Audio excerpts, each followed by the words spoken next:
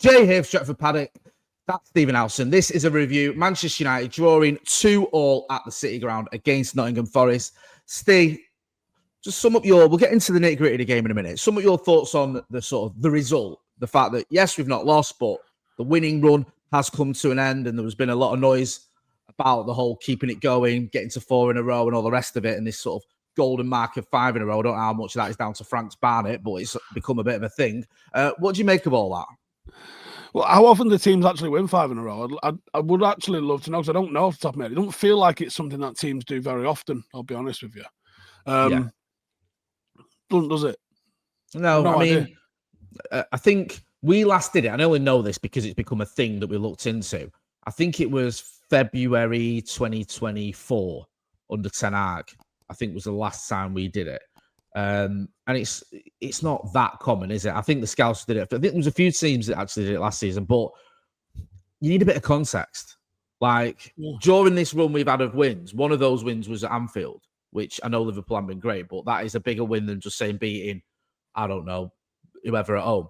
So, yeah, you want to keep winning football matches, obviously, but this whole 5 in a row thing, it does feel like it's become a bit, I don't know, a bit of a thing. We did a video a couple of weeks ago, me and Ronnie, and we were saying, like, what's the par for these 4 games that you've got coming up? So it was Liverpool, Brighton, Forest, Tottenham. And we were like, well, par would be 6 points, probably, right? Yeah. Gives you a bit of wiggle room to lose a couple. You would expect to win a couple. So we literally went through every scenario. If you lose all 4 of them and get no points, yeah, that's pretty bad, like. No 2 ways around it. If you only got 1 point, that's pretty bad. If you only got 2 points or 3 points or 4 points, it's bad, isn't it? So we came up with 6 points across those 4 games. We'd all call that par. We've got 7 out of 3. And we've 1 game still to play. Like, we could end up with 10 out of that 12-point potential. We could end up with 8, or we could end up with 7. We're probably above par. I think all of us probably would have taken 2 wins, 1 draw, 1 loss, right? At the time.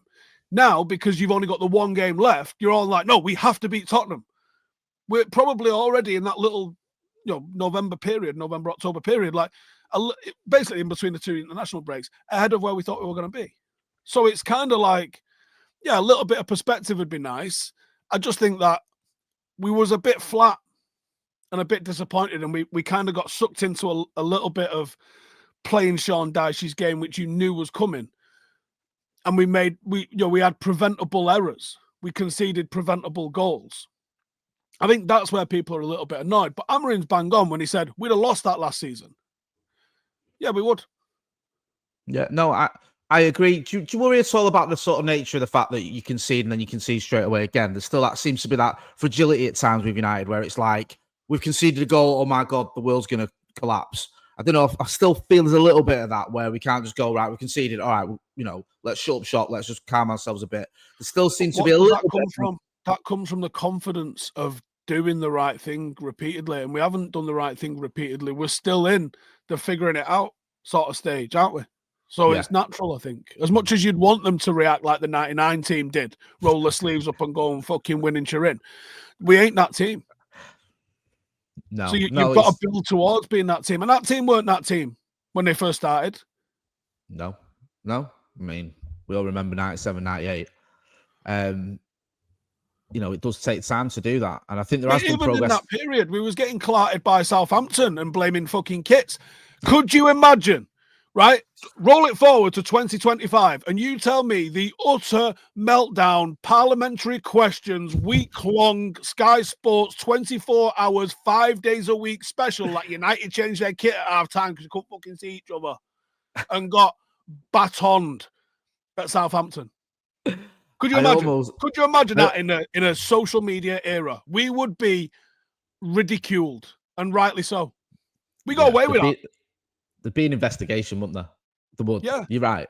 There'd be an investigation. I actually don't know why we was allowed to change kits at half time, or the fact that we brought a spare kit, a different kit. Think about how mental that is. All the way to Southampton. Someone must have gone, fuck are you doing that for? You're playing in that kit. I'm just bringing this one. We've never changed kits at half time, you dickhead. What are you doing that for? You never know. And then Fergie's like, get him out of that, get him in that one.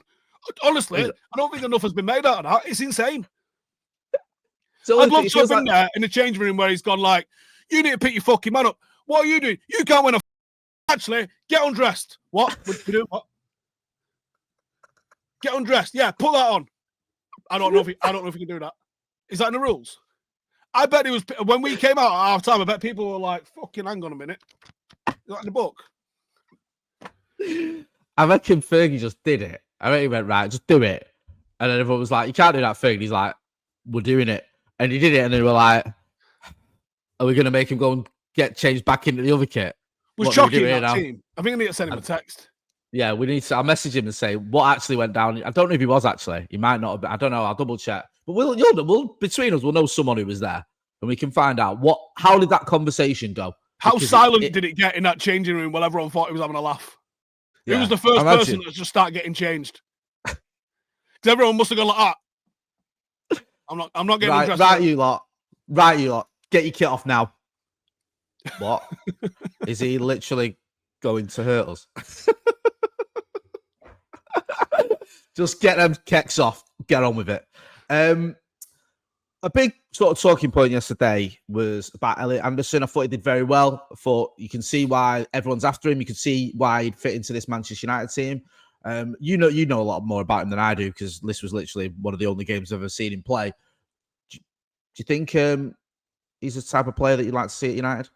He is, yeah. Now, I think I spoke about this on one of the videos last week where they've flung out the 100 to 120 million price tag, hilariously, by the way, because he's worth half of that. Now, I do think he's a good player, but I do only think he's worth half of that. And by the looks of it, I'm sitting here talking on my own now because Jay's pissed off, unless he's just hiding and he's full screened me for some reason. Oh, no, he has. I didn't know what he was doing. Like to full screen you now and again, like shows my editing skills. Right, okay. I just thought before I'd fill you in on a little bit of behind the scenes. Jay's laptop's dying. I thought his laptop might have died, and I'm here on my own, and I'm literally thinking, I don't know how to stop this video because I'm not the presenter of it. So I edit this and release it. So I'm thinking, I'm just going to keep talking and hope that Jay comes back because he's the only one that can finish this video and then release it. Well, you see what I like to do, Steve, that was going to happen. Let's do a full behind the scenes thing. Here's how I like to roll. When me and you are chatting and you're making me laugh, I like to be on camera. I like to have that. But when you start getting slightly serious, which once every half an hour, Steve does a bit of seriousness, then I like to give you the floor on your own. All right. Whilst you talk about. I'll carry on. Thank you. So we spoke last week about how Forest had thrown out this price and they've just price anchored him. They've basically just gone, we want 120 million. Because that means now if you rock up, knocking on the door, because I think that's how transfers work. You go and knock on the door and say, we'll give you 35 million for him. They're going to laugh at you.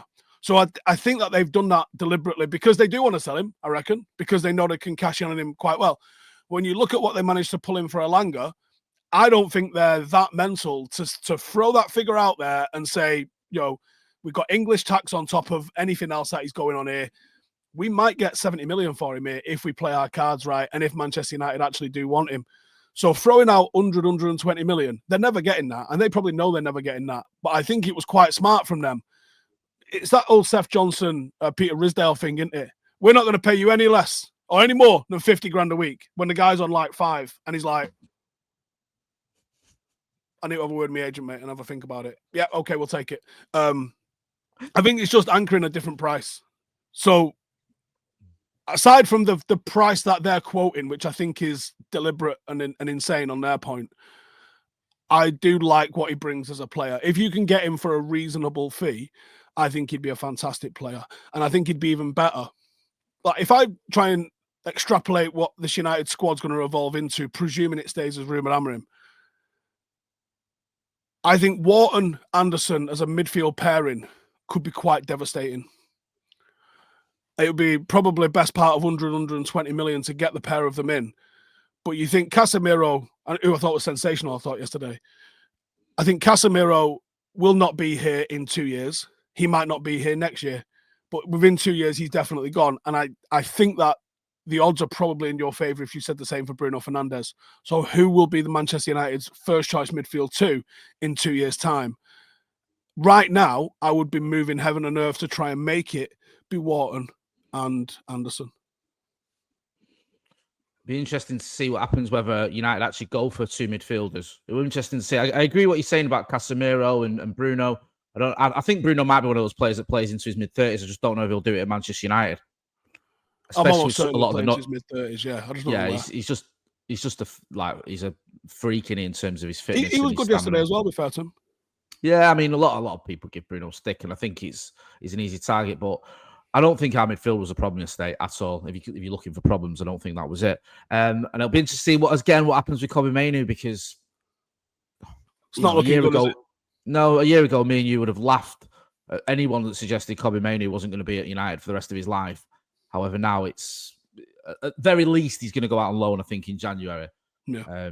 Because he wasn't alone, but he didn't even get off the bench yesterday. Just before I let you go, I just want to ask you quickly about Sesko, because a few people are looking at it and going, Sesko this, Sesko that. He had a couple of opportunities, didn't really yesterday, and then it brings up this wider question: is it the system? Is he suited to the system? Yeah, wasn't that long ago. Everyone was loving him. What have you made of Sesko? Not just yesterday, but on the whole, are you confident that he will fit in his team and he'll do it well? Players used to get a year to settle into the English Premier League. A full year. When Manchester United were good and when Sir Alex Ferguson was in the chair. So I think it's mental to be. I mean, how many starts he had? Like 5 or 6. Why is he not Ruud van Nistelrooy already? He still got 3 shots off yesterday. Yeah, no, he had some. I don't think it was a bad game. I don't think it was great. Think about it, man. You're playing against Sean Dyche.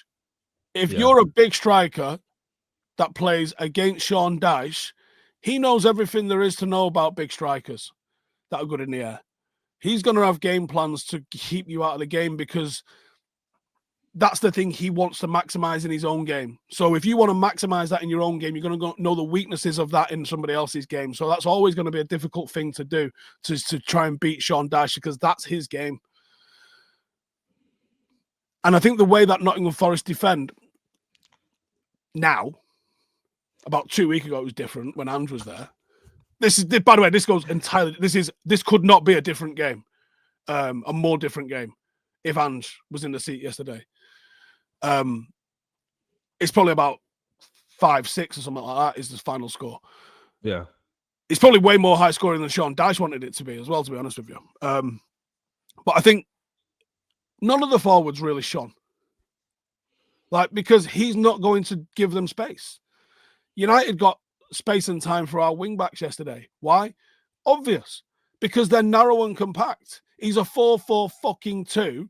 Keep it tight on the edge of the box. So your 3 forwards are getting crowded out. The 9 especially. So am I worried about him? No, because despite that, he's still got 3, I think, shots off. He was still finding time to get on the ball and turn and get a shot off. I'm not worried in the slightest, no. That's what happens is you have your 3 main threats, your Cunha and Bumo and Sesko. They get crowded out. You get a midfielder and a wing-back to score. Sound. Yeah. I just think on the whole, look, it's a little bit annoying because we took the lead, and you're always annoyed when you take the lead and you don't win. And obviously we've been on this winning run, but I do feel like we are moving in the right direction. I feel a lot more relaxed about United than I did pre-Sunderland or post-Brentford. When it was or post-Grimsby, where you're like, is this actually going to work out? I don't know, look, the jury's still out. We're only 7th. Can't say that this is it. We're all set. But I do feel like, I don't know. We score one more. Pretty positive. Or we get a win yesterday, we're 2nd. Yeah. We were 2nd for about half an hour, actually.